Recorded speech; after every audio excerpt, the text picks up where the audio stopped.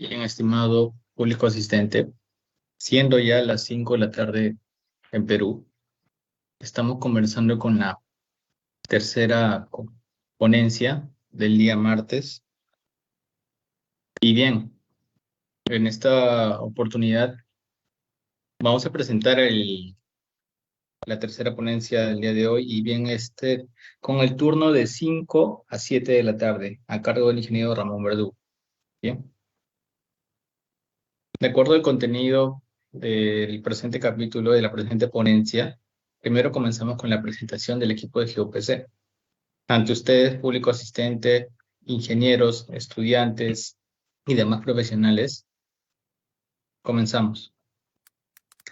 El equipo de GeoPC somos un equipo conformado por alumnos de la carrera de Ingeniería Civil de la Universidad Peruana de Ciencias Aplicadas, y tenemos nuestra razón de ser, ¿no?, formación en el ámbito de la geotecnia. No, nosotros conformamos un espacio crítico y de investigación donde participamos y creamos diversas actividades para la comunidad estudiantil con el objetivo de promover y fomentar nuestro desarrollo profesional y llevar todo lo aprendido de manera teórica y práctica. Bien, el día de hoy vamos a contar con la presencia del profesor Ramón Verdugo, quien va a estar a cargo de la ponencia denominada Geotecnia de depósitos de relaves en zonas de alta sismicidad, ¿no?, del tópico de geotecnia aplicada a la minería. El profesor Ramón Verdugo es ingeniero estructural de la Pontificia Universidad Católica de Chile en 1983. A su vez, también ha cursado estudios de maestría y doctorado en la Universidad de Tokio, Japón, entre los años 1992 y 1999. También realizó una investigación postdoctoral en el Instituto Geotécnico de Noruega en el año 96. Se desempeñó como jefe del área de geotecnia y pavimentos en el Instituto de Investigación y Ensayos de Materiales de la Universidad de Chile. También ha sido académico en la Universidad de Santiago, La Serena, Federico Santa María, Pontificia Universidad Católica y Universidad de Chile. También es consultor y especialista con más de 30 años de experiencia en análisis de problemas singulares de ingeniería geotécnica, dinámica de suelos y estabilidad sísmica de presas de tierras y relaves. También es socio fundador de CMGI LTA y expresidente de la Sociedad Chilena de Geotecnia. Bien, ya habiendo hablado sobre nuestro próximo ponente, voy a dar pase al ingeniero Brian, quien va a estar a cargo de dar un saludo al mencionado profesor. Hola, hola. Buenas tardes con todos. ¿Qué tal? Mi nombre es Brian Román. Soy profesor de la UPC, Ingeniería Geotécnica. Me gustaría dar personalmente la bienvenida al profesor Verdugo, quien amablemente accedió a ser participante de este evento. Yo también tuve la oportunidad de estudiar en la Universidad de Tokio hace ya 6 años y tuve la oportunidad de leer la tesis de doctorado del profesor, donde parte de ella son ensayos experimentales en la arena de Toyoura, donde además comprueba experimentalmente la existencia del steady state. Son ensayos muy bonitos, una gran tesis que me ayudó bastante y que se usa hasta el día de hoy para poder calibrar modelos numéricos. Bueno, sin más que eso, quiero agradecerle y darle paso que comience con este tópico apasionante. Muchas gracias, profesor. Muchas gracias, Brian. Voy a compartir pantalla. Vamos a ver si esto funciona. ¿Se ve la primera slide de mi presentación? Sí se ve, profesor. Sí, ya, ok. Se ve. Gracias. Bueno, muchas gracias por la invitación. Y la charla la he titulado Geotecnia de depósitos de relaves en zonas de alta sismicidad. ¿Ya? Veamos nuestro territorio. La charla la pensé en que ustedes peruanos o Perú tiene gran sismicidad igual que Chile, y también tiene una alta o gran minería del cobre y de otros metales.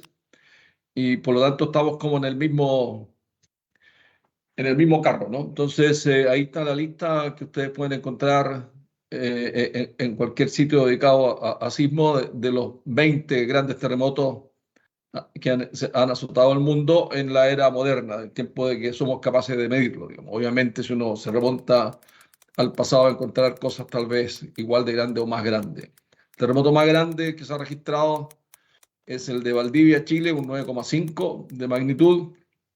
Después Chile nuevamente tiene ahí el sexto en esta lista, el terremoto del Maule, otro 8,8 de Ecuador, nuevamente Chile con un 8,5 ahí en el lugar 15, y Perú ahí está en el lugar 19 con un terremoto de Arequipa ya del año 2001. O sea, esta zona está, que no importa, si nos vemos ahí, esas son la ubicación de estos terremotos.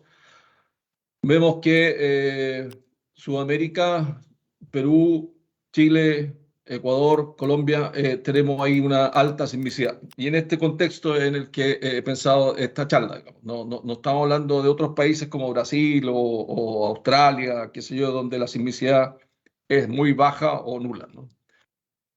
¿Qué nos importa en zonas de alta sismicidad? Es lo que se ha visto hoy en día, son las zonas de ruptura, ¿no? Ahí tenemos dos terremotos chilenos, el del 85, a nosotros fue importante, que fue cerca, frente a nuestra capital, y el último terremoto, del 8,8 del año 2010. Entonces ven la zona que compromete la falla, la zona que se desliza entre las placas de Nazca y la placa continental. Entonces, en el caso del año 2010, vemos que la zona de ruptura compromete algo así como 500 y tantos kilómetros de largo, ¿no? Y por lo tanto la zona expuesta frente a ese terremoto es realmente significativa. Y ahí como que se pierde un poco esta noción que tenemos de que en la medida que nos alejamos del epicentro o hipocentro, la señal sísmica se va atenuando, lo cual sigue siendo cierto. Pero ya no podemos ver el hipocentro o el epicentro como un punto, ¿no? Estamos hablando ahí de una zona, de un rectángulo de, no sé, 150 kilómetros de ancho por 550 kilómetros de largo, ¿ya? Entonces, eso no es un punto si me paro tal vez en Lima, digamos. O sea, si miro el terremoto, por supuesto que ahí ya hay un punto y la señal obviamente a Lima de este terremoto llegó, si es que llegó muy disminuida y solo los instrumentos fueron capaces de verla, digamos. Pero puedo tener dos ciudades separadas 500 kilómetros y el terremoto le llega prácticamente de manera idéntica en términos de solicitación, ¿no? Y esto no tiene nada de nuevo. Aquí ese paper es del año 94, donde juntaron datos ahí de zonas de ruptura y magnitud de momento. Y claramente hay una relación ahí en cada semilog. Ya en la medida que aumenta la magnitud, vemos que la longitud del terremoto empieza a alargarse. Y cuando estamos hablando de terremotos sobre 8, que son los grandotes y que nos tocan a nosotros, estamos hablando ya de 300, 400 kilómetros de longitud, ¿no? Por lo tanto, eso hay que tenerlo presente cuando uno está pensando en zonas de alta sismicidad. Ya olvidémonos del epicentro, pensemos en una gran zona de actividad sísmica que puede darse justo frente al depósito de relaves que estamos analizando, ¿ya? Y si vemos qué tipos de construcción de depósitos de relaves son los más utilizados a la fecha, son esos tres tipos: el método de aguas arriba, en el lado izquierdo arriba, donde se va creciendo, y los diques que se van construyendo, ya sea de materiales de arena de relave cicloneada o de material de empréstito, se van colocando sobre ya el relave que se está inicialmente almacenando, ¿ya? Entonces, obviamente, esos prismas resistentes se apoyan sobre un material fino, eventualmente saturado, de baja densidad, y lo que se ha visto con una gran posibilidad de que licúen, ¿no? En el otro extremo tenemos en la construcción de aguas abajo, y en este caso cada prisma de crecimiento se coloca hacia aguas abajo, y por lo tanto lo que tengo es que la poza donde se almacenan los relaves jamás participa en la estabilidad de este gran prisma resistente construido hacia aguas abajo. Si los relaves licúan, lo único que hacen es aumentar el empuje lateral sobre ese gran prisma resistente. Por problemas constructivos, las pendientes de estos prismas tienden a ser 4A1, a lo más 3A1, y si uno quiere pararlos más, ya tiene que esforzarse mucho en términos de compactación y de manejo de las arenas. Sale más barato simplemente tirarlas con una pendiente 4 o 3,5 a 1. Eso funciona bastante bien. Eso es lo que hemos visto en Chile, me parece que es lo mismo que hacen en Perú.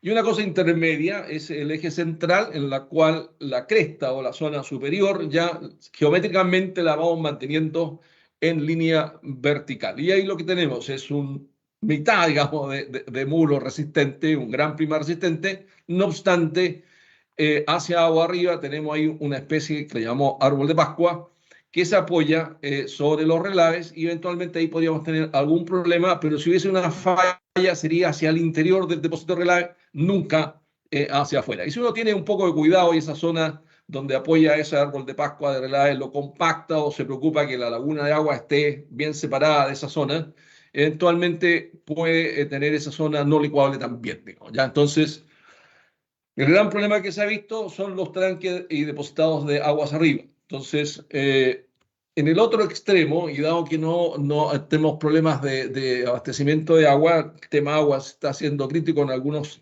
partes del mundo, tenemos ahí un ejemplo de, en vez de usar esta zona convencional, ya de tener una zona, una poza donde estamos los relaves saturados y en la otra tenemos un prisma resistente, lo que se hace aquí es el relave sacarle el agua, ¿ya? Y depositarlo y compactarlo con el relleno con una cierta humedad inicial, ¿no? Eso es una técnica que funciona, es cara, produce estabilidad y el único, no, tiene dos peros, uno que es caro, ¿ya? Pero si la necesidad de agua es alta, puede ser que se pague y no resulte tan caro porque estoy recuperando agua. Y es estable, pero a veces sacarle el agua a los relaves no es tan fácil y eventualmente los relaves pueden llegar ahí a estar en una condición por sobre la humedad óptima y al estar sobre la humedad óptima ya la compactación no es tan fácil y eventualmente puedo tener complicaciones durante la compactación. Todo eso se puede manejar, ¿ya? Pero hay que tenerlo presente, especialmente cuando hay depósitos de esta naturaleza. Entonces, Cerro Lindo, Perú, la foto anterior también, es un muy buen diseño, está muy bien pensado, pero si se fijan, voy teniendo los relaves ya tienen que ser autosoportantes, ¿no? O sea, el prisma resistente que hay ahí abajo, obviamente, no es capaz de soportar todo el relave que está siendo depositado, y si ese relave lo tenemos compactado, cero problema. Ya, si está bien compactado, la estabilidad no sería tema. El problema sería de que por X razones de operación, eso no se lograse bien y hubiesen zonas sueltas, eventualmente de alta humedad, con problemas de licuación. Pero si se cumplen las decisiones que se toman en el diseño y hay una buena operación, eso debería ser absolutamente posible, bien, práctico, etcétera, y mucho mejor que un convencional, ¿no? ¿Qué ha pasado con los depósitos convencionales construidos con el método de agua arriba, que es más barato, obviamente, porque necesito menos prismas resistentes? Esto ocurrió en el año 1928, con un terremoto 8.4, 1 de diciembre, ya falló la presa unos 2 a 3 minutos después del principal movimiento sísmico y la zona roja en la que muestra cómo quedaron ya aterrazados los depósitos, el relave remanente. Todo el resto salió aguas abajo y desgraciadamente se fue al río Coya y en la ribera de este río habían pequeños asentamientos y desgraciadamente alrededor de 54, 60 personas murieron por esta falla.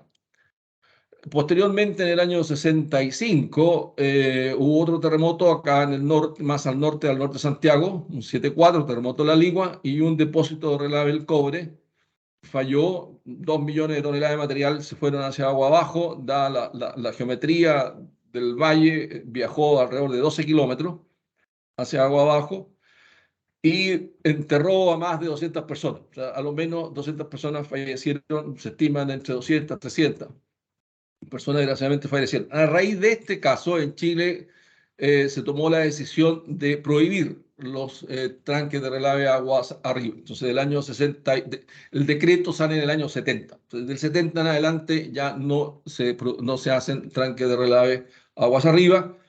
Y si hay alguno es porque no cumplió la normativa. Son muy pocos, pero a veces se da, ¿no? Ahora, no en los grandes proyectos mineros, ahí se cumple y todos los tanques son eje central o son de agua arriba. ¿Qué me parece? Perdón, de agua abajo. Que eso es lo mismo que está ocurriendo en Perú, ¿ya?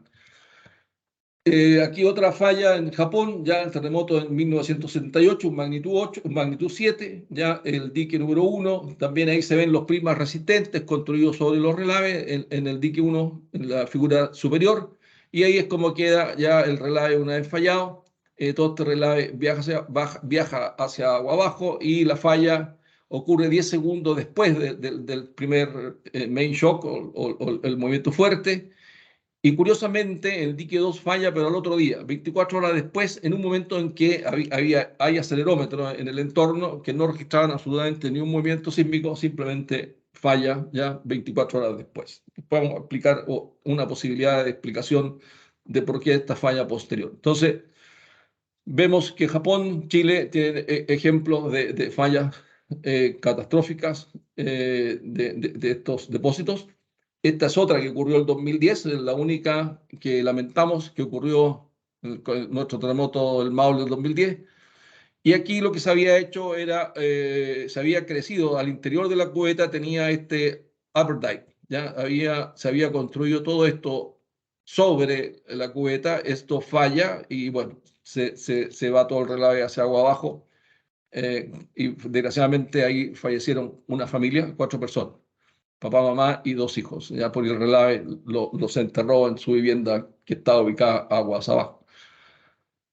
Esta es la otra falla de presa sísmica, Kayakari en Japón, con el último terremoto de Tohoku del 2011, ya también una presa agua arriba y la zona superior se desliza y genera ahí todo un tema ambiental sin grandes daños a personas, ¿no? Entonces, lo que podríamos decir es que el método de construcción de agua arriba está prohibido en Chile y para cualquier país sísmico y especialmente de alta sismicidad, esto no se puede hacer. O sea, es muy difícil tener control sobre los relaves almacenados en la medida que uno va poniéndose cada vez más hacia agua arriba. Entonces, inicialmente, cuando uno construye el primer dique, tendría que tener ya preocupación sobre el relave que está en este sector de acá, porque en el futuro ya es este relave de aquí abajo el que va de alguna manera a colaborar o ser parte de la estabilidad de este dique acá arriba, ¿no? O sea, hay manera de que la gente le introduce desde un comienzo drenes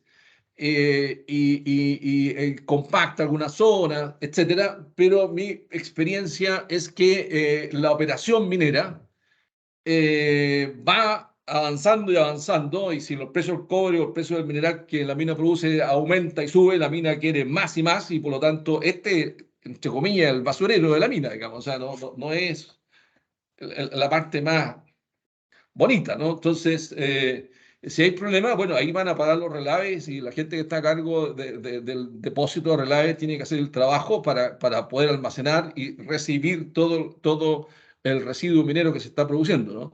Entonces, si uno hace este tipo de diseños que requieren mucha sutileza, en la vida real, en la práctica, es difícil que se cumpla, digamos. Entonces, uno como diseñador tiene que tener cuidado en eso, digamos. Uno tiene que siempre pensar si esta cuestión que uno piensa, tan bonita en el escritorio, la irán a cumplir. ¿Qué pasa si no la cumplen, ¿no? ¿Qué pasa si hay un desvío? Entonces, en ese sentido, mi experiencia y mi opinión absolutamente personal, y alguien podría estar, mucha gente puede estar en desacuerdo, en zona sísmica, mire, no utilice el método de construcción aguas arriba. ¿Ya? Hay situaciones especiales, por ejemplo, en medio del desierto, con una gran extensión, donde, por ejemplo, cada una de estas zonas, estos relaves, yo logro que se sequen y en ese sentido puedo ir avanzando porque es tan grande la extensión que cuando deposito aquí pasa, no sé, 8 meses antes que vuelva a depositar ahí mismo.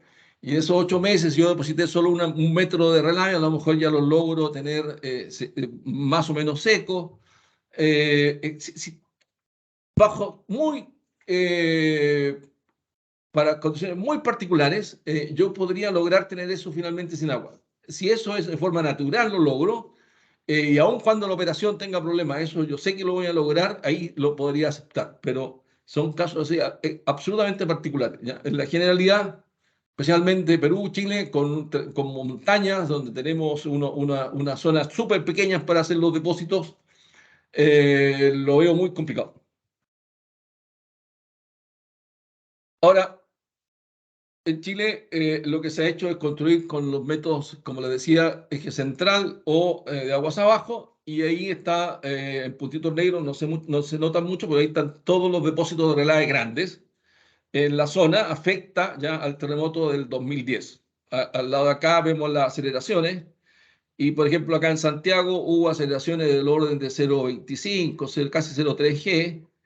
Y si uno va un poquito al sur, acá en Milipilla hubo 0,77, bueno, acá abajo, pero aquí no hay ya muros de relave, estamos hablando de 0,92 G, ¿ya?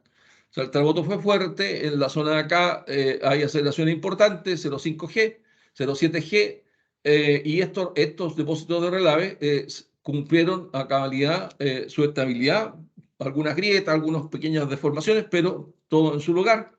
Y la presa que falló fue la presa Las Palmas, que ya mencioné anteriormente, que tenía un sector o un trozo de presa adicional construido sobre los relaves ya depositados.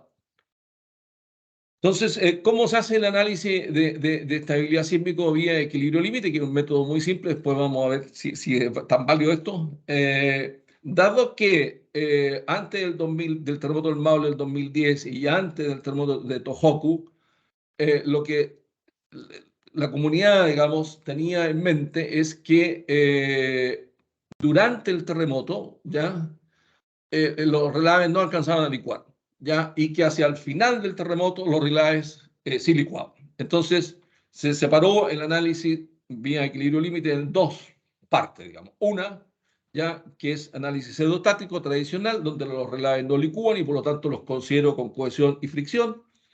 Y tengo fuerzas sísmicas actuantes, las cuales las represento mediante los coeficientes sísmicos horizontales y verticales, ¿ya? Y hago ese análisis de estabilidad. Y exijo un cierto factor de seguridad. Terminado el sismo, donde hay relaves que pueden licuar, ya licuaron, ¿ya? Pero como terminó el sismo, no tengo fuerzas inerciales. Entonces hago un análisis estático prácticamente, no hay fuerzas inerciales, los coeficientes sísmicos son cero, ¿ya? Pero los relaves ya no tienen resistencia friccionante y eventualmente cohesión, sino que tienen simplemente una resistencia residual no drenada. Entonces, esa era la metodología que se estaba usando. En Chile teníamos ya la exigencia de verificar el análisis postsísmico, pero a raíz de los últimos terremotos, por ejemplo el de Tohoku, aquí hay un ejemplo de dos estaciones que registraron ese terremoto, magnitud 9, y aquí están las respectivas registros de aceleraciones. En el superior vemos uno donde la estación, el suelo que está ahí debajo licúa, y en el inferior el que estaba ahí al lado, no recuerdo a cuántos kilómetros, a 55 kilómetros de distancia, el de abajo del suelo que no licúa, y vemos claramente la diferencia, o sea que en el de arriba la licuación se produjo claramente durante el sismo y cambia absolutamente la señal, ahí está en mayor detalle, la señal se corta y cambia fuertemente el nivel de aceleraciones porque las ondas sísmicas no son capaces de pasar debido a que el suelo está licuado y su resistencia al corte es la que impone ya cuál es el nivel máximo de tau de corte que puede pasar, esfuerzo de corte que el suelo es capaz de transmitir y por lo tanto qué nivel de aceleración es capaz de pasar. Entonces hay un filtrado absoluto porque el suelo ha licuado. Y lo rescatable de aquí es que en la licuación claramente se produjo durante el terremoto, no al final, ¿no? Y si uno ve, por ejemplo, algunos registros sísmicos del terremoto de Tohoku, en particular ese que está ahí, la estación MIGH03, y el registro de Talca en el terremoto del Maule de Chile, 188, estamos hablando de 120 segundos, ¿no? O más de aceleración, digamos. O sea, son terremotos bastante largos, ya, dada la magnitud que tienen. Ahora, y aquí uno puede confundirse, y esa es la próxima lámina, va a demostrar que no, que a mayor magnitud tenemos mayor duración, lo cual es cierto, pero cercano a la zona de fallo, ¿no? Entonces, si uno calcula la duración de un sismo, vamos a ver que dependen de la distancia al área de ruptura. Distintas maneras de calcular la duración de un sismo, hay 4 maneras distintas. Las 2 más clásicas son la duración de intervalo, en la cual uno agarra el registro sísmico y ve cuándo por primera vez la aceleración es 0.05 G, ahí pone el tiempo T0. Y después sigue y ve cuando por última vez el registro tiene 0.05 G. ¿Ya? Todo ese lapso de tiempo es la duración del terremoto. ¿Ya? Otra posibilidad es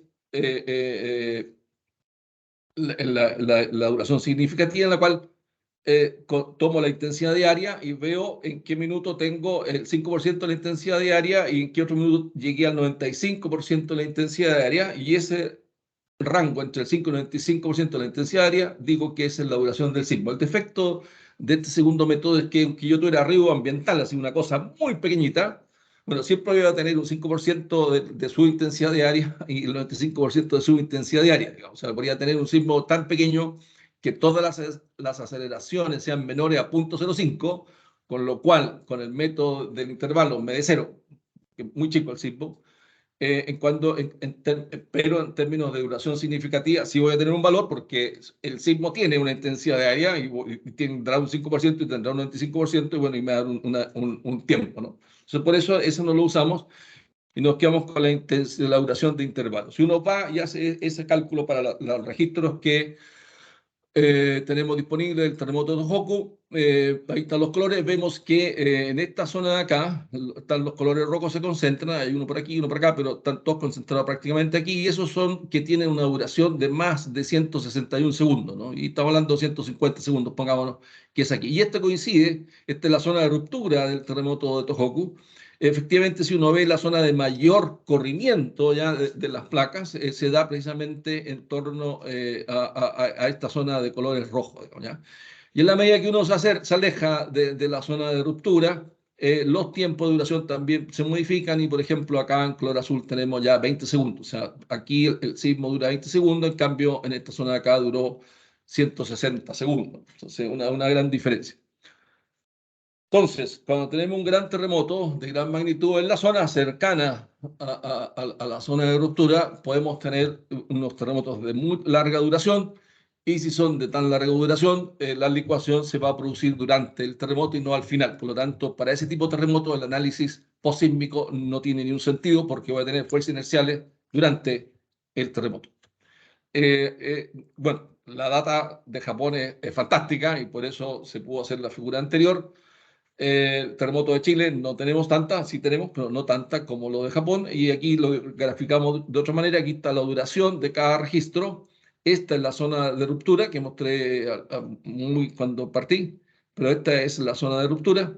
Ya ahí vemos que el máximo tiempo se registró aquí en torno a esta latitud, ya con casi 160 segundos de duración, y claramente va disminuyendo en la medida que nos vamos yendo hacia el otro lado de la zona de ruptura, y también disminuye hacia el otro extremo de la zona de ruptura. Entonces, también en torno a donde está la mayor deslizamiento de la zona de ruptura es donde se produce la mayor duración, pero estamos hablando de fácilmente 120 segundos y más, digamos, ¿ya? Entonces, con esa cantidad de duración de un evento sísmico, sí podemos esperar licuación durante dicho evento. Entonces, cuando uno hace un análisis de estabilidad sísmico vía equilibrio límite y considera el máximo creíble, uno tiene que hacer solo el pseudostático con los relaves licuados, con resistencia residual no drenada, y además con la fuerza actuante sísmica, digamos, ¿no? Y el postsísmico ya no se pierde, no tiene ningún sentido. Y ahí pongo máximo creíble porque muchas veces en un proyecto uno quiere chequear alguna construcción, alguna cosa operacional, y no va a poner el máximo creíble, sino que puede usar un sismo, llámese operacional, o algo menor que eso. Y si uno utiliza un sismo de magnitud en otros países, de magnitud 7, 7,5, una cosa así, bueno, ahí puede nuevamente uno pensar en que esto va a licuar al final, y el análisis postsísmico tendría algún sentido. Pero sabiendo que en Perú y en Chile los sismos son gigantes, o pueden ser gigantes, y no sabemos cuánto van a ocurrir, estamos fritos, tenemos que ir al análisis con el máximo creíble siempre, digamos, ya, aun cuando estemos en una etapa de operación de los muros, digamos. Bueno, todo entonces esto es cuidado por la licuefacción y entremos entonces un poco más a ver el tema de la licuefacción. Ya este fenómeno lo podemos separar en dos tipos de licuación. Ya una es lo que se tiende a llamar o se usan los nombres licuefacción estática, licuefacción verdadera o falla de flujo. ¿Ya? En ese mundo lo que ocurre es que el suelo realmente falla y se transforma en algo que nos recuerda un fluido viscoso moviéndose, ¿ya? No más que deformándose, moviéndose, ¿ya? Por otro lado, tenemos lo que el mundo llamó, Casagrande especialmente, licuefacción cíclica o movilidad cíclica, ¿ya?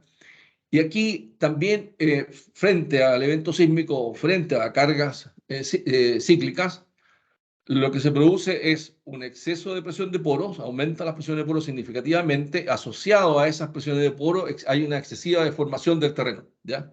Entonces, lo que se ve claramente son deformaciones, pero ojo, no hay pérdida de resistencia. Entonces, esa es la separación entre la licuación estática o verdadera o falla de flujo y la movilidad cíclica. La movilidad cíclica básicamente es una pérdida significativa de rigidez, ¿ya? Pero no de resistencia, ¿ya? En cambio, en la licuación estática verdadera o falla de flujo, lo que hay es una pérdida clara de resistencia de la arena, ¿ya? Entonces, los primeros ensayos en el año 66, y que esto en realidad ayudaron obviamente al conocimiento, pero también nos confundieron a todos, son estos datos de Sid y Lee del año 66, como decía, en la arena de Sacramento, del río Sacramento, con una densidad relativa de 78%. Entonces, estos son los datos del paper de Sid y Lee, ya, figuras de ellos. Se aplicó una carga cíclica que se ve en la figura superior, ya, en horizontal es tiempo, ya, y en vertical es la amplitud de la carga, en kilos, ya, y va, sube, baja cíclica. En la figura del medio está el desplazamiento axial de la probeta que se carga cíclicamente, ¿cierto?, con la carga de arriba. Y vemos que la deformación para los primeros ciclos es muy pequeña y empieza gradualmente a aumentar, ¿no? Y va subiendo y bajando, o sea, cíclicamente ya sigue el mismo patrón de la carga. Y la presión de poros, ciclo a ciclo, va aumentando, ya hasta que llega un minuto en que la presión de poro iguala a la presión de confinamiento que tenía el ensayo triaxial, en este caso, ¿ya? 2 kilos por centímetro cuadrado. Una vez que termina este ensayo, porque las presiones de poro igualan a la presión de confinamiento, aquí un detalle son puntos, ¿no? Cuando se produce esa situación, la probeta ya aquí alcanza una importante deformación y se considera como que el suelo ya falló. Y lo que hicieron Sid y Lee es aplicar carga monótona. O sea, terminó el ensayo cíclico con las válvulas cerradas del ensayo, o sea, manteniendo las presiones de poro. La muestra cambian de carga cíclica a carga monótona. Y lo que se observa es que cargan, el suelo no es capaz de tomar carga, ya simplemente se va deformando, ya, y aquí es donde aquí es donde se empieza a aplicar la carga, ya, y se produce deformación, por aquí más o menos, en este tramo no toma carga el suelo, aquí viene a tomar carga, perdón, y la presión de poro se mantiene alta, y en algún minuto empieza a disminuir. La presión de poro disminuye al extremo que se hace tan negativa que cavita, ¿ya? Y hasta ahí llega el ensayo.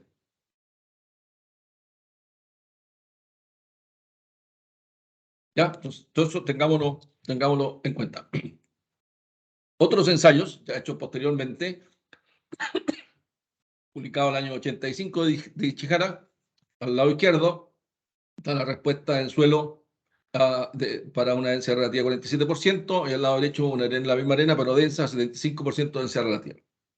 Y aquí están los loops, esfuerzo de corte, distorsión angular, en lo mismo al lado derecho, y vemos que los loops aquí, en la medida que cargan, ya cada loop ya empieza cada vez la probeta a deformarse más y más, tiene grandes deformaciones, y si vemos la trayectoria de tensión efectiva, vemos que la tensión normal va disminuyendo hasta que llega acá al origen. Y aquí se produce una situación ya interesante en la cual el suelo moviliza resistencia, porque la presión de poro disminuye, después vuelve a aumentar y va al origen, para el otro lado lo mismo, la presión de poro disminuye, la presión de poro aumenta y ahí se produce una situación ya que es la que llamamos movilidad cíclica. Lo mismo ocurre con mayor claridad cuando la probeta es densa. Entonces, en ambos casos, suelta 47%, densa 75% de densidad relativa.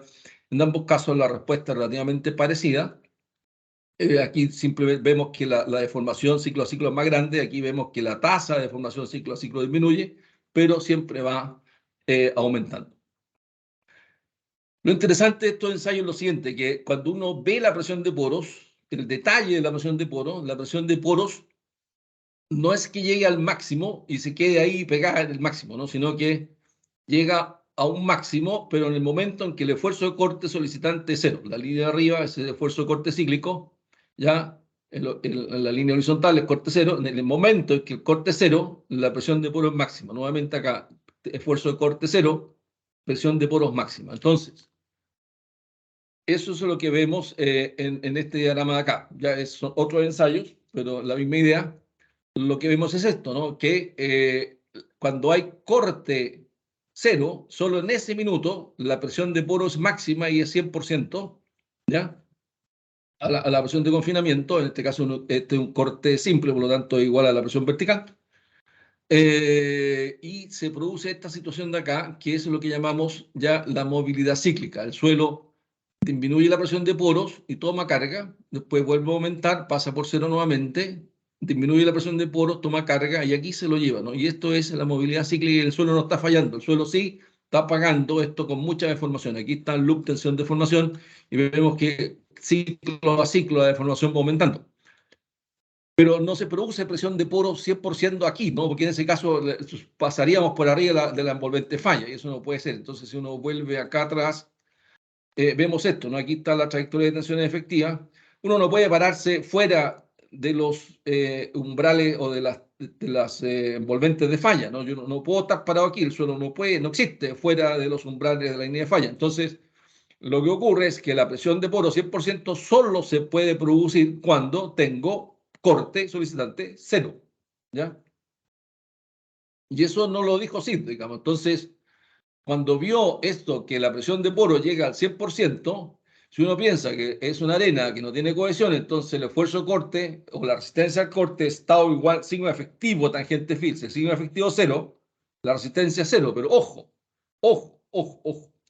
Esa situación solo se produce aquí, ¿no? Cuando no tengo corte. Entonces, en ese instante, efectivamente, el suelo no tiene capacidad de resistir, pero apenas lo cargo, la presión de poro disminuye, ¿ya? La presión de poro aquí disminuye y esa disminución hace que pueda tomar carga. Y ahí se produce entonces el fenómeno de movilidad cíclica. O sea, la presión de poro aumenta, disminuye, aumenta, disminuye, aumenta, disminuye y siempre tengo 100% de presión de poro en el instante que tengo corte cero. Ya no sé si queda claro, pero que sí. Y eso es la movilidad cíclica. Y esa movilidad cíclica solo hace que el suelo se deforme más y más y más. Para efectos estructurales, si tengo un edificio, tengo alguna cosa puesta en ese suelo, inclusive un embalse, ¿ya? Ese exceso de deformación o pérdida de rigidez, por supuesto que puede causar enormes problemas y por lo tanto también tenemos que considerarlo como ingenieros, ¿ya? Pero ojo, no hay pérdida de resistencia, ¿ya?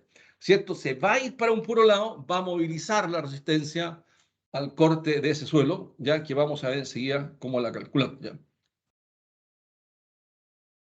Entonces, esta solicitación cíclica la manejamos ya vía curvas de resistencia cíclica. Entonces, aplicamos distintos esfuerzos de corte a una probeta. Este es el nivel de esfuerzo de corte que se está aplicando, ¿cierto? Aquí, este es el nivel de corte, ¿ya? Entonces, aplicamos distintos niveles de corte y vemos en cuántos ciclos ya generamos, por ejemplo, el 100% de presión de poro. ¿Cuánto se demora? ¿Cuántos ciclos? Una probeta que la estoy cargando con esta carga ya llega aquí al origen. Veo el número de ciclos en llegar acá, ¿ok? Si aumento el esfuerzo de corte, voy a tener menos ciclos y si disminuyo el corte, voy a tener muchos más ciclos para llegar a esa 100% de presión de poro o algún nivel de deformación. Puedo elegir presión de poro o deformación. Entonces, si estos probetas, por ejemplo, tienen 54% de densidad relativa, esta sería la curva de resistencia cíclica. O sea, yo apliqué este nivel de resistencia cíclica y en 8 ciclos le logré la licuación.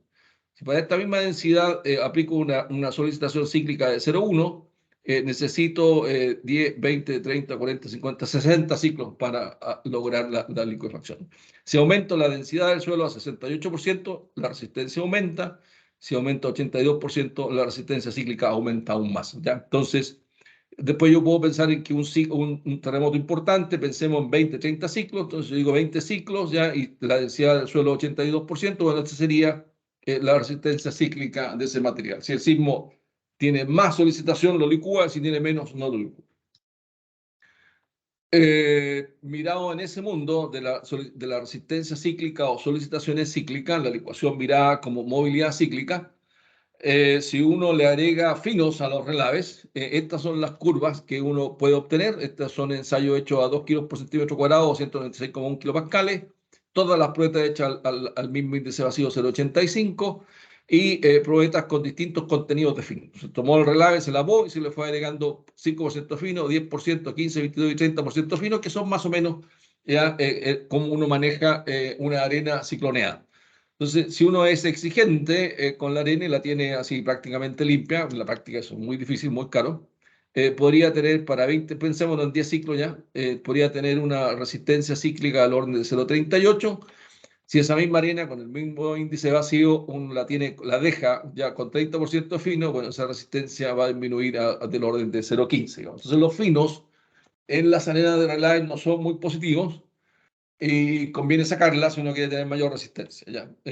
Ahora, por supuesto, uno puede compactarlas más, pero está pagando precio. Pero también los ciclones y sacarle el fino tiene un precio. Entonces uno puede hacer una combinación de hacer un estudio completo y ver económicamente qué es mejor, digamos, cuál es el nivel de contenido de finos, ¿ya? Y densidad que me da la mejor respuesta económicamente, ¿no? Técnicamente exijo algo y lo cumplo a mínimo costo. Eso sí, que hay que tener presente de que si le pongo mucho fino o dejo mucho fino en la arena de relave, la permeabilidad disminuye y eso vamos a ver que nos puede molestar un poco. Es mejor tener un buen contraste en un buen diseño, es mejor tener un buen contraste de permeabilidades entre los relaves almacenados y el muro resistente. Pero lo importante es saber que los finos no nos ayudan, sino que los finos son negativos. Una manera de ver si ya para un relave existente es muy típico que ya haya una presa de relaves hecha, tenga ya algunos años andando y uno quiera, no sé, hacerle un upgrade o quiera, no sé, peraltarla más, hacer algunas cosas nuevas, ya existe y por lo tanto tengo la capacidad de hacer mediciones. Una posibilidad de usar el ensayo CPT para ver la resistencia de este material y estas son las curvas típicas ya que el mundo ha desarrollado vía el CPT. Tenemos la resistencia de punta en horizontal y en vertical la resistencia cíclica. La pregunta obvia es si para los relaves funciona esto, digamos. Ahí hay datos, algunos de esos puntitos son de relaves, pero la mayoría son de suelos naturales. Y siempre es sano cuando uno va a usar este tipo de herramientas o datos, información o correlaciones, hacer algún chequeo con los relaves propios que uno tiene, ¿no? Los proyectos relaves, hay mucho dinero involucrado y por lo tanto gastar algo en hacer ensayos propios es realmente, es posible hacerlo, ¿ya? Y es sano hacerlo, ¿no?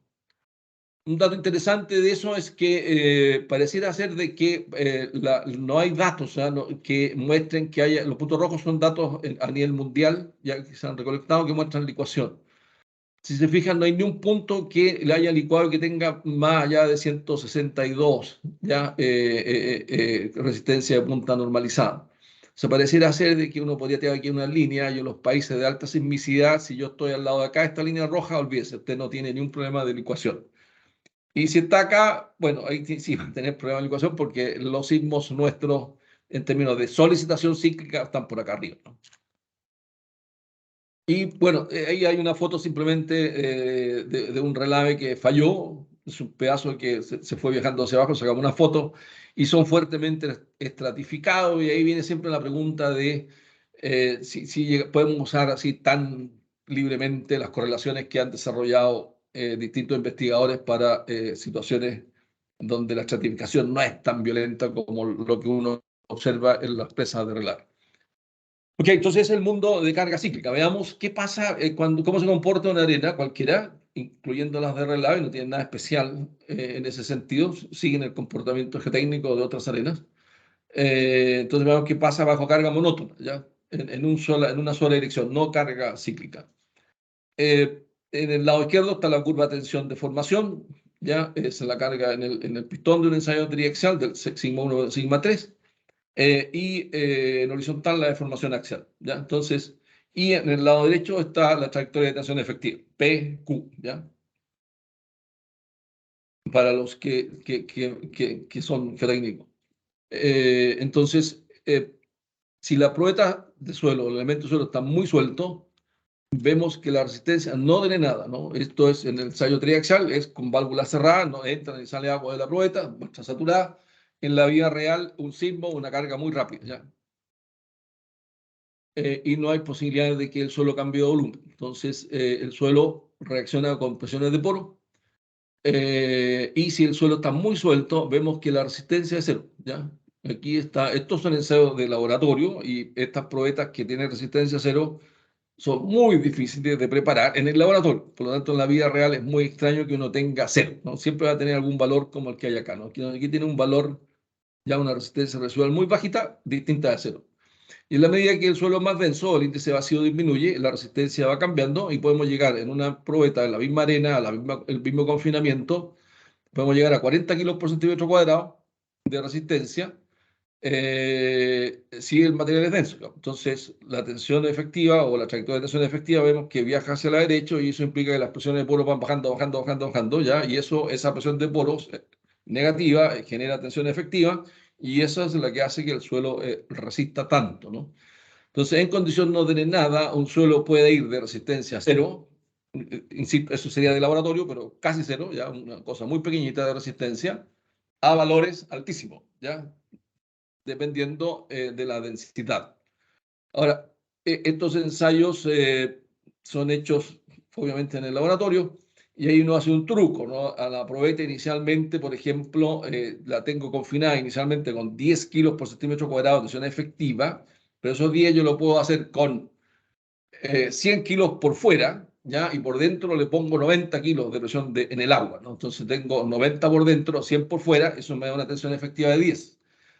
Ese truco de tener 90 kilos por centímetro cuadrado al interior de la probeta hace que cuando yo empiezo a hacer un ensayo de esto en el material denso y la presión de poro empieza a disminuir, va a partir disminuyendo desde 90 kilos por centímetro cuadrado. Se va de 90, bajará a 80, 50, 40. Entonces la presión de poros puede efectivamente disminuir muchísimo, ¿ya? Sin tener cavitación, ¿ya?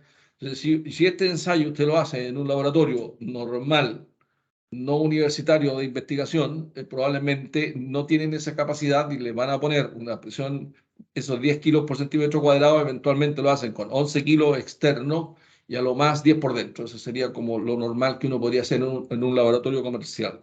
Eso significa que apenas la presión de poro haya disminuido en 10, o sea, cuando esté aquí el ensayo por aquí por 20, ya empiece a cavitar y no pueda seguir evaluando la resistencia al suelo porque al cavitar el agua genera burbujas y esas burbujas cambian el volumen y por lo tanto pasa de un ensayo no drenado a algo intermedio, ¿ya?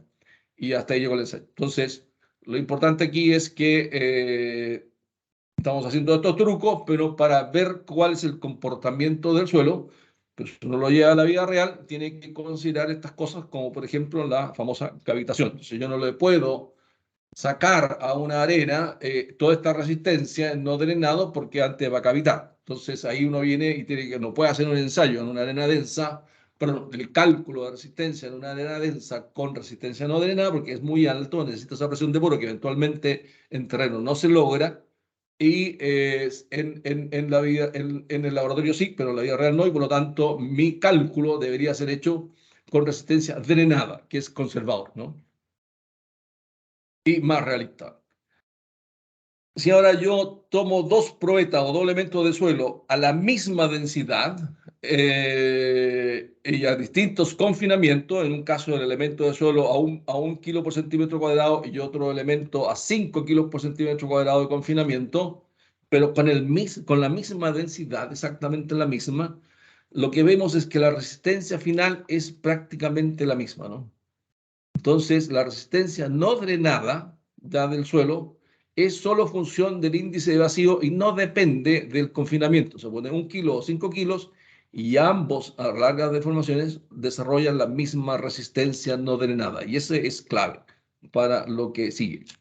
Si por el contrario, en vez de no drenado, yo hago un ensayo drenado, en este caso, el confinamiento ha sido a 1 kilo por centímetro cuadrado, 3 probetas de suelo confinadas a 1 kilo por centímetro cuadrado, pero una suelta y una muy densa. Ya esta es la suelta con un índice de vacío cercano a 1 y esta otra bastante densa con un índice de vacío, no veo nada aquí, pero debe ser un 0,80 y tanto. Lo que vemos es que la densa toma carga sin mucha deformación volumétrica y enseguida dilata. El índice de vacío empieza a aumentar, ¿ya? En cambio, la que está suelta toma inmediatamente cambio volumétrico y empieza a contraerse, ¿no? Entonces, eso es lo que hablamos de una respuesta contractiva y esta hablamos de una respuesta dilatante. En un caso, el suelo tiende a expandirse y en otro caso, el suelo tiende a contraerse. Cuando el suelo está suelto, tiene mucho espacio, ¿ya? Y cuando aplico corte, las partículas tienden a ocupar una posición más estable y eso hace que la masa, mirado como desde afuera, se contraiga, ¿no? Los poros se achican. En cambio, si la arena, las partículas están en una posición súper estable, ¿ya? Si yo le aplico corte, las partículas van a montarse una arriba de otra y esto se va a expandir. Entonces, mirado desde afuera, lo que yo veo es la dilatancia de la masa de suelo. Y lo interesante es que si yo grafico esto en índice de vacíos y presión media, todos los datos terminan generándome una línea, la que llamamos línea de estado último o steady state en inglés o estado de formación continua, es la traducción que más sirve en este espacio. Entonces, si yo estoy aquí arriba, el suelo se va a contraer y si yo estoy aquí abajo, el suelo se va a dilatar. Entonces, basta saber esta línea, la obtengo experimentalmente y si estoy arriba, estoy en problemas, pues el suelo se contrae, el suelo puede licuar y si estoy abajo, el suelo dilata, estoy en una muy buena posición. Y esto lo podemos ver en este diagrama, ¿no? En el EP, lo mismo que acabo de mostrar, y en el QP, ¿ya? En el QP yo lo que veo es la envolvente de falla, términos friccionantes, y aquí lo que veo, el E, es el cambio volumétrico. Entonces, este es el suelo, en realidad, a diferencia de los otros materiales de ingeniería, necesito 3 variables para identificar su resistencia y su comportamiento. Entonces, está el estado tensional medio, el P, y el esfuerzo de corte que estoy aplicando. Entonces, si yo hago una respuesta, aplico una carga drenada, permito que haya cambio de volumen mientras cargo. Aquí voy aumentando el Q, ya, y aumentando el P, esto es un ensayo triaxial, y llega finalmente a la falla. Si el suelo inicialmente está muy suelto, con un gran índice de vacíos, lo que observo es este comportamiento y llega a la línea de estado último acá, ¿no? Si está denso, estoy con un índice de vacío chico y el comportamiento en términos volumétricos es este otro y llega hasta acá, ¿ya? Si es no drenado y me pongo a este lado acá y a este lado acá con el mismo índice de vacío,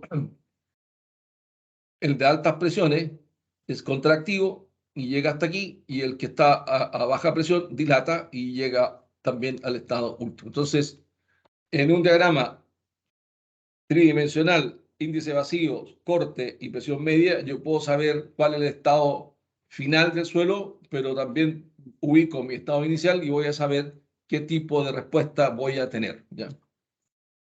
Si uno hace ensayos monótonos y cíclicos en simultáneo, obtiene este tipo de resultado. Aquí en el gráfico de la derecha, yo creo que se ve más claro, el esfuerzo de corte en vertical y la presión media en horizontal. Nos ubicamos aquí con este nivel de presión media y con este nivel de corte estático. Y si hacemos un ensayo en un puro sentido, perdón, obtengo esta respuesta con los puntos, los círculos blancos, ¿ya? Y esta sería la respuesta, ¿ya? Se aumenta la presión, la resistencia y llega un momento y se obtiene una fuerte caída y esa es la pérdida de resistencia de un material cuando está en un estado suelto. Si yo hago un ensayo cíclico y lo cargo y descargo, ¿cierto? Y vuelvo a cargar y descargo y vuelvo a cargar, lo que se observa es que yo no puedo ir a pararme aquí arriba, sino que cada carga queda acotada por la trayectoria de tensiones efectivas del ensayo monótono o la respuesta monótona. Por lo tanto, lo que controla en realidad la respuesta finalmente del suelo es la carga o respuesta monótona, carga unidireccional. Y la carga cíclica simplemente me ayuda como a desarrollar ya la respuesta del suelo, pero la resistencia en realidad la establece la resistencia monótona. Entonces, estrictamente hablando, yo lo que necesito son ensayos monótonos para saber la resistencia del suelo, y cíclicamente va a haber alguien que me gatilla a esta respuesta finalmente, y eso es lo que mucha gente le llama resistencia post-licuación, pues es la resistencia que finalmente tengo disponible. Y entonces yo puedo separar el mundo de un suelo en densidad y presión media, y sobre la línea de estado último vamos a tener los estados que son contractivos y bajo los estados dilatantes, ¿ya? Y otra cosa importante es el esfuerzo de corte solicitante. Entonces, aquí hay datos, miren, son tan antiguos como del año 69, que esto ya lo sabemos. Y si una muestra, yo le pongo este nivel de corte, una muestra suelta, tiene ese pic y esta caída, y aquí tenemos la resistencia no drenada residual o resistencia no drenada del estado último o del steady state, ¿ya? Si yo aumento el corte y estoy aquí en rojo, fíjense, tengo un pic más alto, ¿ya? Pero entre el corte estático que había y el pic, ahora es menor ese espacio, ¿no? Pero llega un poco más alto y cae brutalmente y llega a una resistencia residual. Y si subo el corte estático por acá arriba, fíjense, tengo una pequeña carga ya extra y enseguida esto cae y tengo desarrollo de la resistencia residual. Entonces, lo que vemos es que en la medida que yo tengo corte estático, y esto puede ser el ángulo ya del muro o el nivel de corte, ya al lado del edificio, en la esquina del edificio, de abajo las fundaciones, el corte solicitante, ese corte es muy alto y estoy en un suelo contractivo. Si el corte es muy alto, basta una pequeña perturbación para generar la falla y movilizar la respuesta no drenada. Y un sismo no necesita pasar por el pic, basta que el sismo me desarrolle deformaciones en este sentido, y en algún minuto toco esta curva de tensión de deformación y movilizo la resistencia no drenada. Entonces, uno jamás debe diseñar con la respuesta pic, ¿ya? Sino que siempre tiene que tener presente como análisis la respuesta final a grandes deformaciones o la respuesta en régimen de steady state, ¿ya? Y aquí un diagrama que intenta juntar todo lo que he hablado hasta el minuto. Tenemos un esfuerzo de corte inicial, este valor de aquí. Si yo cargo el suelo ya drenadamente, la curva de suelto, de un material suelto, la respuesta de tensión de formación va a ser esta línea negra, ¿ya? Y desarrollo finalmente la respuesta drenada del material. ¿Ok? Esta es la curva tensión de formación, ya en drenado. Si cargas y si llegase hasta aquí solamente a cargar, y ahí paro, entonces sería lo que denominamos corte estático. Este es mi corte estático, ¿ya? Y mi resistencia drenada es esta de acá. Por lo tanto, si hago o evalúo una especie de factor de seguridad y pongo resistencia drenada dividido por solicitación, corte estático, no sé, tendré 1, 2, casi 3, ¿no? Factores de seguridad entre lo que he solicitado, ¿ya? Y lo que dispongo de resistencia. Pero si solicito no drenado, ya la respuesta no drenada sería esta, ¿ya? Y esta sería la resistencia no drenada. Entonces, el sismo lo único que hace es gatillarme la respuesta no drenada, me moviliza entonces esta resistencia residual no drenada, y como yo tengo este corte estático, ya repentinamente el corte que tengo solicitante es mayor, ya que varias veces que la resistencia, tengo un factor de seguridad menor a 1, y en realidad el sismo es solo el agente gatillador de esta falla de flujo, ¿no? Porque tengo un corte permanente ya que supera la resistencia. Ahora, ¿cómo tengo un corte que es mayor que la resistencia? Bueno, porque su corte, cuando aplicó esta carga, se demoró tal vez meses en llegar a este corte, y por lo tanto todo ese corte lo aplicó mirando la respuesta drenada del suelo, que es esta de acá arriba. En cambio, al sismo le puso la respuesta no drenada, que es distinta, ¿no? Entonces, si vamos aquí atrás en este gráfico de aquí, lo que tenemos es Si yo aplico, estoy aquí y aplico una carga drenada, esta es la solicitación y llego hasta acá, ¿no? Puedo llegar hasta aquí, ¿ya? Pero si es no, supongamos que llegué hasta aquí solamente, ¿ya? Si es no drenada, ya el índice vacío se mantiene constante, pues eso significa no drenado, y la resistencia en realidad la logro acá. Y la resistencia entonces es este valor de aquí. Entonces, mientras yo iba de manera drenada, ya esta era mi resistencia, pero si lo hago de manera no drenada, mi resistencia es esta de acá, ¿ya? Y como tengo un corte estático mucho más alto que la resistencia, se produce una falla dramática ya de flujo. Entonces, para tener una falla de flujo, necesito que el suelo esté suelto. O sea, significa inicialmente contractivo. O sea, tiene que estar tiene que estar en esta zona, tiene que estar sobre la línea de steady state. Segundo, el corte estático es súper importante, tiene que ser mayor que la resistencia residual no drenada. Y en tercer lugar, necesito algo que me gatille esa respuesta no drenada. Pues puede ser un sismo pequeñito o algún impacto, algo que genere esta respuesta del suelo en condición no drenada, ¿ya? Esta resistencia no drenada, aquí está graficada para un relave con distintos contenidos de fino, 2% fino, 18% fino, 30% de fino. Nuevamente, el fino no es muy amigo de la resistencia y para un igual índice de vacíos, si aumento lo fino, es menor la resistencia residual que yo tengo en la medida que meto lo fino. Entonces, nuevamente, lo mismo que en la solicitación cíclica y resistencia cíclica, que el fino la disminuía, la resistencia no drenada residual también disminuye al meterle fino. Por lo tanto, siempre es más sano que el depósito de relave, la parte resistente, si usa arena cicloneada, que tenga la menor cantidad de fino. Hay propuestas para evaluar esta resistencia no drenada normalizada. Ahí está S sub R, la resistencia residual no drenada, dividida por la tensión efectiva vertical. Ya eso ayuda mucho. Y ahí está en función del ensayo CPT. Y nuevamente la pregunta es si esto será válido o no para suelos de relave.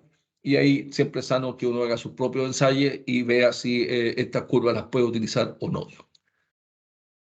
Países entonces de alta sismicidad no usamos presas de agua arriba, y lo más sano es una presa de aguas abajo con un dren basal importante. El dato, la figura de arriba se la saqué de la Casa Grande Lecture que se hizo en Argentina en el 2015. El colega Luis Valenzuela hizo ese análisis. Y si tiene un contraste de las lamas almacenadas, ahí me parece que consideró día a la -6 y las arenas de relave con un día a la -4, con ese contraste de humedades lo que tiene no es un flujo muy importante, y lo que genera es un nivel freático muy abajo, ¿ya? Y si además le pone aquí un dren grande, importante, el agua prácticamente nunca toca las arenas, ¿no? Entonces tiene el agua fluyendo a través del dren. Entonces es un buen diseño, ¿no? Entonces es un diseño sano en un país de alta sismicidad, es con arenas de relave, con un buen contraste de permeabilidades, arenas con bajo contenido fino implica de alguna manera eso implica también que tiene alta resistencia cíclica y también una resistencia no drenada alta, y al compactarla, esa resistencia residual no drenada puede ser muy, muy alta, y por lo tanto el tema sísmico y el tema de licuación prácticamente desaparecen. Entonces yo creo que este es el mundo en el cual nos debemos mover en zonas de alta sismicidad. Por supuesto, hay casos en los cuales ya está todo hecho y se quiere ver cómo funciona o qué se va a hacer. Bueno, eso es otro mundo, pero si estamos diseñando algo nuevo, esto es la manera de hacerlo. Y ahí no hay que tenerle miedo a las arenas de relave. Me parece que son absolutamente útiles, factibles técnicamente y no tienen ningún problema. La mala fama viene de presas construidas con el método de agua arriba, ya donde los relaves sueltos licuaron, y por supuesto todo lo que hemos visto a la fecha, y no necesita un terremoto.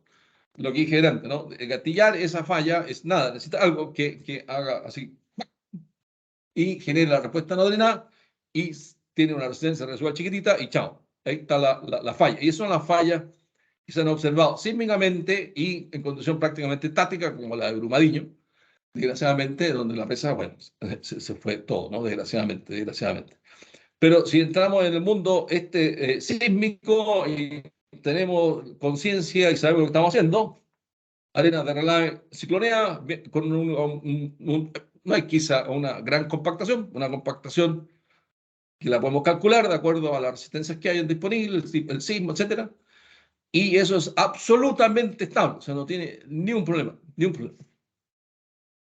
Bueno, eje central, lo que he dicho en algún minuto, tenemos problemas en la zona superior, pero eso es posible de solucionar y eventualmente, si algo está mal hecho, la falla va a ser hacia el interior de la cubeta sin generar problemas hacia abajo, que es lo que nos importa.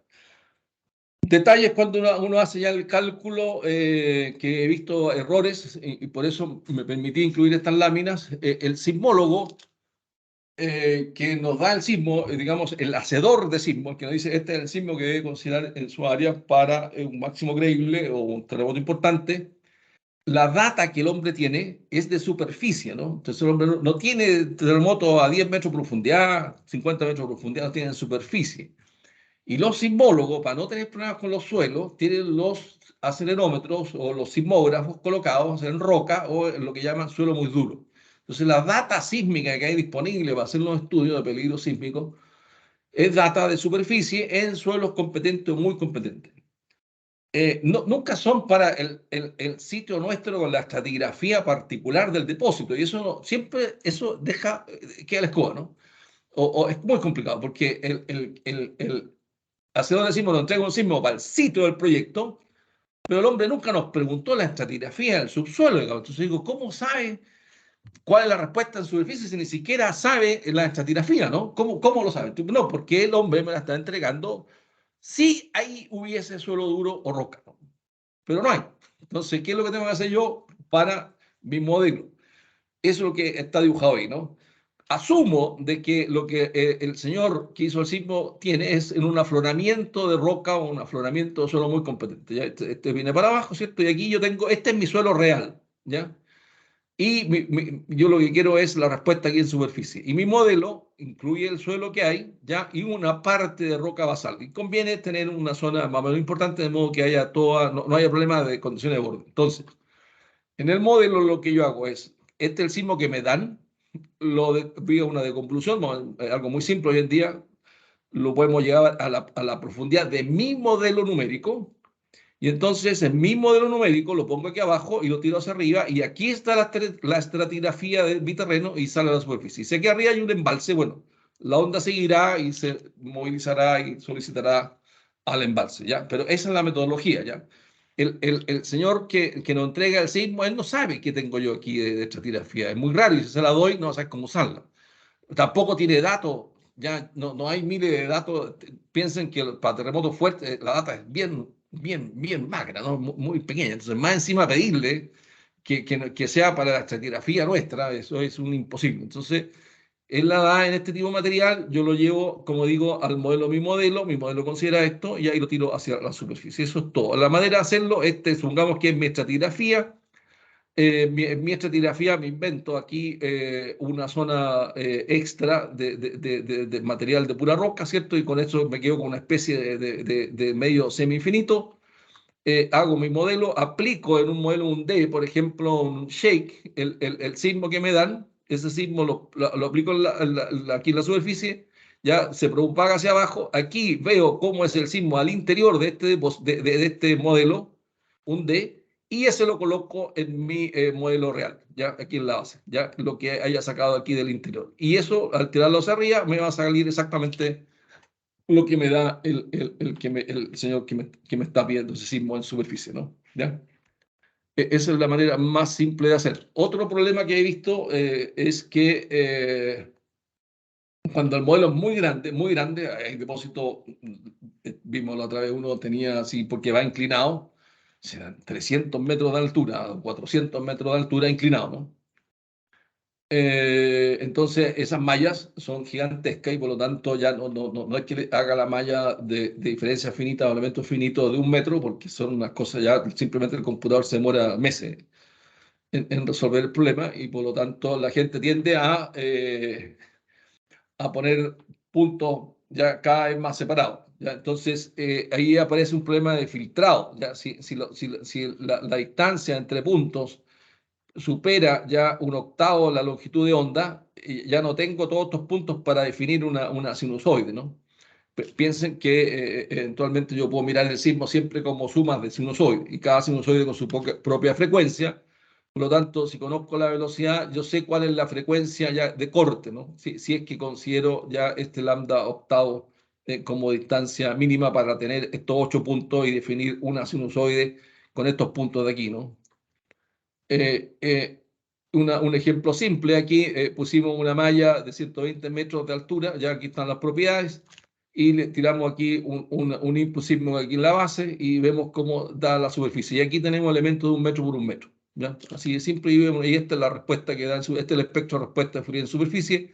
Si en vez de 1 metro por 1 metro ponemos 10 metros por 10 metros, fíjense, hay un corte, ¿ya? Y no toda ya la señal llega arriba, y esta señal primera de aquí está, ya, perdón, había visto este de 1, sí, ya cambió, es algo distinta, no solo lo cortó, sino que esta zona de aquí es diferente, y si nos vamos a elementos de 20 por 20 metros, esto arriba no llegará en esta frecuencia de aquí, ¿ya? Entonces, hay que tener cuidado con los elementos. Bueno, y también el sismo arriba, fíjense, este tiene 0.08 como aceleración peak, 0.11 era la que teníamos con 10 metros, y lo mismo 0.11 con 1 por 1. Entonces, hay que tener cuidado con la selección de la malla, de modo que la malla no filtre ya algún nivel de frecuencia. Entonces, hay situaciones en las cuales uno está obligado a usar una malla bien tupida, especialmente si hay zonas que eventualmente licúan y este BSUS es bajo. ¿Ya? Contra más bajo este BSUS, más fuerte ya es la frecuencia que usted está cortando. ¿Ya? Preguntas pendientes que hay a la fecha. Estoy muy pasado ya, ¿no? A ver. Sí, estoy a punto, debería estar terminando.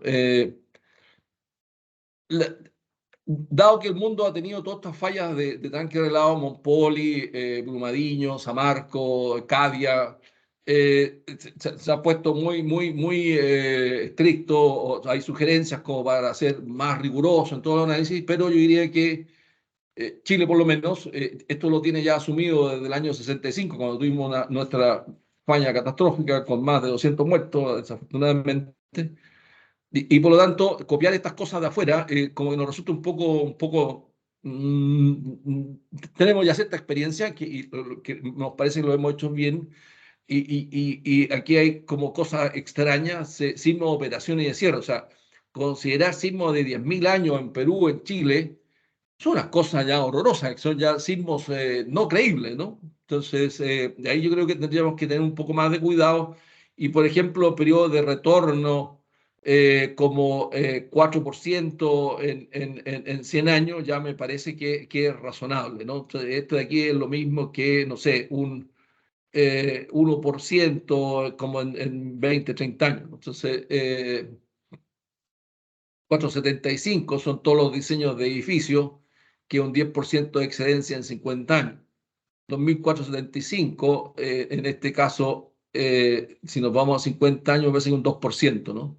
Yo creo que esos 10.000 años es un poquito fuerte, especialmente para zonas de alta sismicidad, ¿ya? Porque vamos a terminar con unas cosas que son, porque siempre van creciendo, ¿no? Obviamente de manera logarítmica, y no es lineal, pero igual, no es lo mismo 10.000 años que 5.000 años, ¿no? O sea, el sismo es distinto, es más grande, y ya no tiene sentido hacer cosas que se salen de lo que hemos registrado en años, ¿ya? Otra pregunta que está dando vuelta hoy en día es si es válido el análisis pseudostático, y hay mucha gente que lo encuentra que eso digamos, que ya eso pasó, y que hoy en día existe el análisis numérico, etc.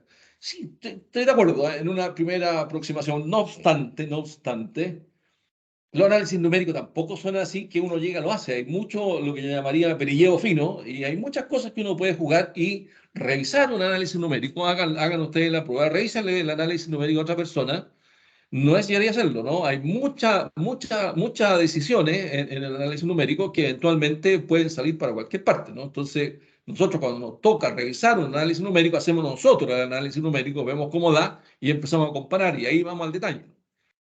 Entonces, tampoco la panacea es el análisis numérico. Mi impresión, entonces, es que tenemos una gran experiencia con los pseudostáticos. Obviamente, cuando el problema es muy complejo, el pseudostático nos va a dar una parte, nos va a permitir mirar algo. Y mi idea o mi sugerencia es, mira, hagamos los dos, dinámico y estático, y pseudostático. Y estas dos cosas, veamos cómo dan. Sería muy raro. Y usted tendría que investigar y saber por qué un pseudostático le da un factor de seguridad muy alto, o sea, 1,3, y el dinámico le dice que esta cuestión se cae. Eso es algo hay que encontrar el error, ¿no? Una vez que encuentre el error, ya va a poder tener la tranquilidad y decir, mire, esto es por esto y esto es lo que deberíamos entregar. Entonces, a mi entender, deberían entregarse los dos análisis y ambos análisis tendrían que tener cierta compatibilidad y explicarse uno con otro, ¿ya? Y si no conversan, la obligación es encontrar el por qué no conversan. Y eso nos permite entender de mejor manera el problema.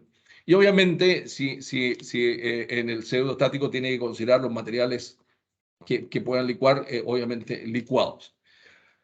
Cosas que debemos mejorar, por lo menos en Chile, y me imagino que Perú no debe ser muy distinto. Hemos visto que muchos tranques antiguos, la caracterización del terreno de fundación no era de las mejores, no era de las mejores, y eso hay que hacerlo mejor. Un tranque de relave, si tiene problema de fundación, Montpoli, un ejemplo, ¿ya? Cadia, el otro ejemplo, ¿no? Sí, problemas netamente de terreno de fundación, ya una exploración que no fue capaz de ver esos suelos blandos que habían ahí debajo y de baja resistencia. También hemos visto en Chile en los tranques aguas abajo que hemos chequeado porque se va a peraltar, se va a crecer más de lo que se había pensado, se hacen investigaciones y descubrimos, ops, las salidas de relave del muro no estaban tan densas como se suponía que estaban. Otro problema, ops, tenemos nivel freático aquí donde no debería haber. ¿Y por qué? Porque los drenes no han funcionado, se colmataron, no hubo. Entonces, eso, los drenes y los filtros, todo eso tiene que ser muy bien, no solo diseñado, ¿no? Tienen que ser construidos. Y lo que he aprendido en los últimos años es que la construcción, si no tiene una supervisión, olvídese. Por lo menos en Chile, una construcción dejada al que construye, la probabilidad de que eso quede mal es muy alta. Y el muro de gran altura, diría sobre 120, sobre 150 metros, ahí ya es importante hacer ensayos ya que tengan en consideración ese nivel alto de presión, que eventualmente puedan transformar una arena algo densa en contractiva, haya rotura de partícula, eso implica cambio de permeabilidad, etc. Altas presiones, yo creo que requieren sus ensayos especiales para ver el efecto de esas altas presiones. Eventualmente, hay relaves que son muy duros, muy de alta resistencia a la partícula y para presiones de 120 kilos no pasa absolutamente nada especial, pero eso igual hay que tenerlo verificado. Y lo último, yo diría que la crisis hídrica nos debería obligar a repensar los depósitos convencionales. El uso de tanta agua, yo creo que ya es tiempo de, en Chile por lo menos en el norte tenemos problemas de agua, bueno, en la zona central también, y por lo tanto ya como que el uso excesivo de agua en un convencional, uno dice, ya mire, si los filtrados existen, las pastas existen, los síquenes, los relaves pesados también, tratar de ir a esas tecnologías que pareciera ser que ya cada vez son más posibles de utilizar con éxito, ¿ya? Entonces yo creo que ahí es que como que hacer más, digamos. Perú, por lo menos, han hecho ese Cerro Lindo, me parece un muy buen proyecto. Observaciones finales, entonces la investigación del sitio por una presa de relave debe realizarse con un estándar similar al de una presa de riego. Dependiendo del tipo de presa de relave, el fenómeno de liquefacción puede ser el tema que controla la estabilidad. Los suelos en estado contractivo deben caracterizarse por su resistencia residual no drenada. La malla utilizada en los modelos de tensión de formación tiene que garantizar la adecuada propagación del contenido de frecuencia del movimiento sísmico y el sismo establecido en superficie debe ser deconvolucionado para ser aplicado como input en la base del modelo. Y con eso terminamos. Muchísimas gracias por la paciencia de haber escuchado tanto rato esta presentación. Quedo atento a cualquier pregunta de este tema que tengas.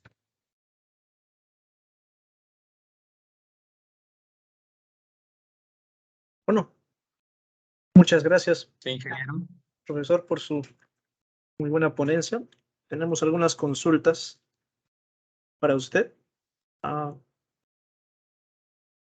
Nos pregunta Jacqueline Huerta, ¿la frecuencia usada en los ensayos cíclicos para el caso de limos o arcillas influencia la respuesta cíclica, ¿cuál sería una frecuencia ideal de ensayo para esos materiales? Si está pensando en licuación, no, para frecuencias normales o que uno espera en un terremoto, la frecuencia no es no cambia el aumento de las presiones de poro de manera significativa o importante. Por lo tanto, más que uno acondicionarla a la frecuencia del sismo, en realidad uno utiliza la frecuencia que el equipo que tiene disponible le permite llegar bien a la licuefacción del suelo. Vendo en el mundo de la licuación, ¿no? Cuando la probeta tiende a licuar, recuerde que la carga que yo estoy aplicando es de carga controlada, ¿no? O sea, es una fuerza. Y además quiero que tenga un ciclo, ¿no? En cierto tiempo, un periodo. Entonces, cuando la probeta se deforma mucho, la carga tiene que cambiar de velocidad de modo de completar ya ese ciclo de carga, recarga en el tiempo que tiene asignada por la frecuencia que le estoy dando. Entonces, si mi equipo no es muy bueno en ese sentido, por ejemplo, un equipo neumático, ya con aire a presión, puede que cuando la probeta empieza a formarse mucho, el equipo no sea capaz de mantener la carga y tampoco la frecuencia o el periodo. Si tengo un equipo hidráulico, probablemente sí sea capaz, digamos. Entonces, uno se acondiciona al tipo de equipo. Y en general, yo diría que 3 ciclos por minuto es una frecuencia o un periodo que le permite para cualquier equipo llegar a buen término ya hacia la fase cuando la probeta licúa y se deforma mucho. Entendido. Acá tenemos otra consulta. ¿Cuál sería su recomendación para un valor de coeficiente sísmico vertical en caso de Nosotros análisis usamos estático? nosotros usamos 2/3 del horizontal, ¿ya?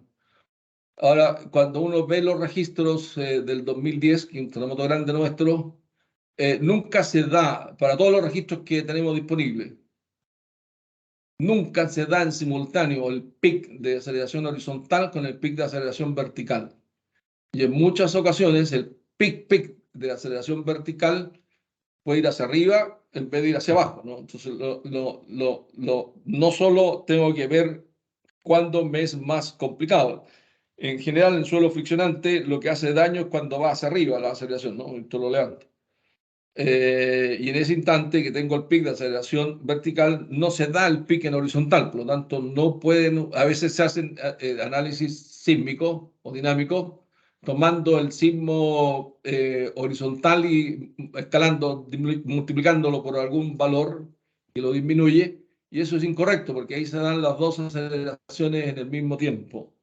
El sismo vertical, repito, nosotros usamos como coeficiente sísmico 2/3, eso es lo que hacemos acá, pero si uno va a ver la data, efectivamente ve que no van en simultáneo y debería ser un poco menor, ¿no? Me parece que si uno estudia la data, podría fácilmente demostrar de que un medio puede ser un valor más realista. Ahora, eso para los sismos interplaca, ¿no? Ustedes, igual que nosotros, con un mundo subductivo, también tienen sismos intraplaca, ¿no? Y los intraplacas sí tienen aceleraciones verticales muy fuertes. Eventualmente puede tener una aceleración vertical mayor que la horizontal y eso lo tiene que tratar de manera distinta, ¿no? Y tiene que ver si su diseño es controlado o no por un intraplaca más que por un interplaca. Acá en general nos controlan los interplacas. Y en ese caso, 2/3 es lo que usamos.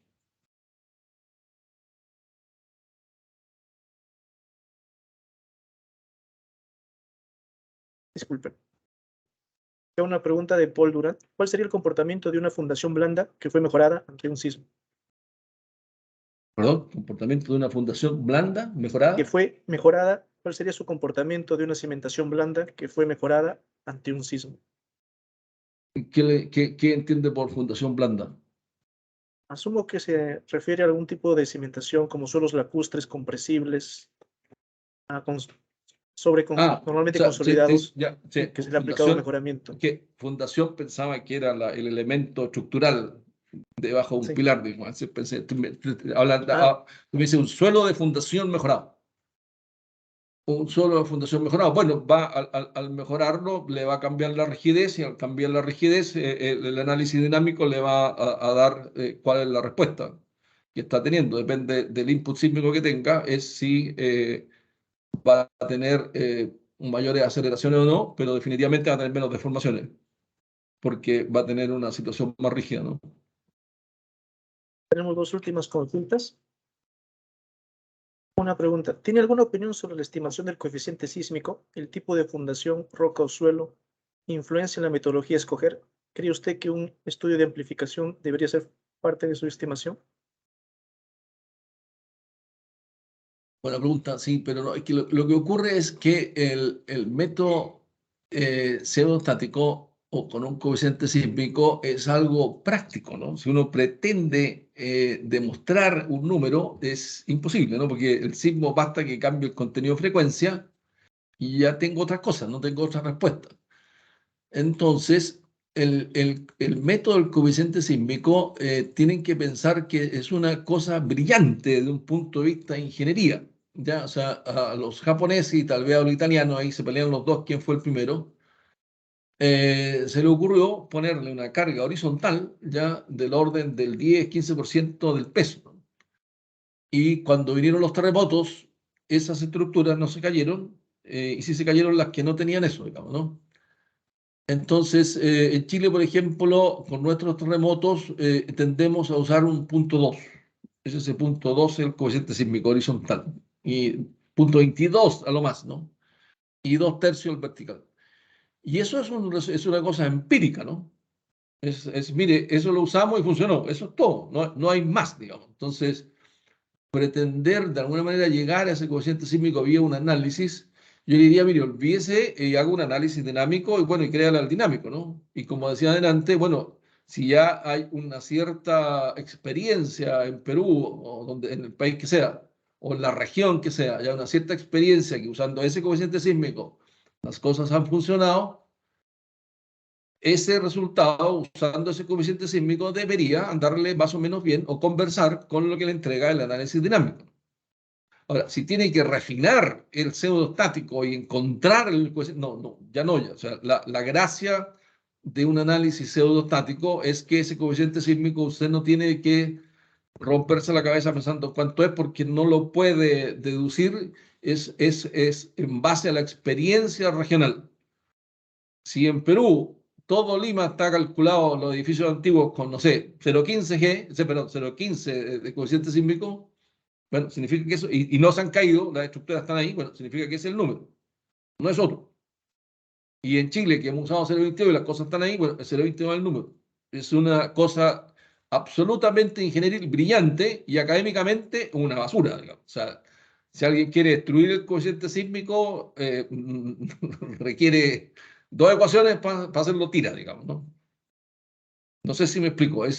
Tiene la, la, la genialidad ya de capturar el fenómeno de un punto de vista absolutamente operativo, funcional. Y teóricamente es una mugre.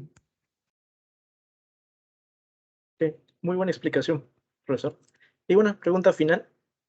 En cuanto al efecto de amplificación sísmica, ¿considera que realizar un análisis de convolución es confiable, ya que esta actualmente solo se realiza con el método lineal equivalente? ¿O hay algún software que tome en cuenta el método no lineal? Bueno, nosotros usamos el no lineal equivalente, sí, y lo llevamos en profundidad y lo que hacemos es en el análisis dinámico que estamos haciendo, que actualmente tiene otros modelos constitutivos, verificamos que somos capaces en el modelo numérico de sacar exactamente la misma señal que, o reproducir en superficie la señal que tenemos del sismólogo. Entonces, si no hay roca igual en otro modelo, al final ya le hacemos salir la roca y vemos si efectivamente nos reproduce la señal de input sísmico que teníamos. Bueno, mientras no tengamos un buen match en el espectro de respuesta, vamos cambiando y haciendo cosas, pero prácticamente para todo efecto práctico tenemos una muy buena respuesta siempre. Entonces, el modelo lineal equivalente para este tipo de cosas, para hacer la deconvolución, yo diría que es una muy buena alternativa de ingeniería. Sí, no hemos tenido problemas. Genial. Muchas gracias, profesor Verdugo, por su presentación, por responder a las preguntas. a nombre del GUPC, le brindo todas las gracias posibles por haber participado de este evento.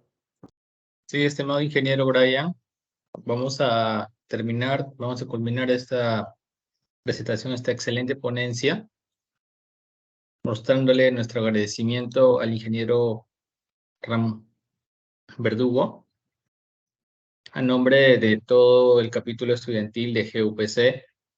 Nos encontramos totalmente agradecidos, ¿no?, por esta valiosa ponencia, estimado ingeniero Ramón Verdugo, y de verdad, muchas gracias, ¿no?, por compartir su valiosa experiencia, las enseñanzas con todos nosotros, el público asistente, las diferentes personas que estamos integrando el día de hoy.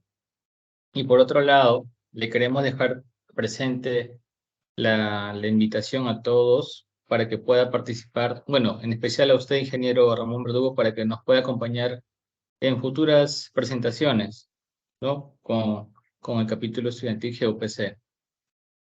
De igual manera, reitero, ¿no?, el agradecimiento nuevamente por su brillante participación apoyándonos en este congreso.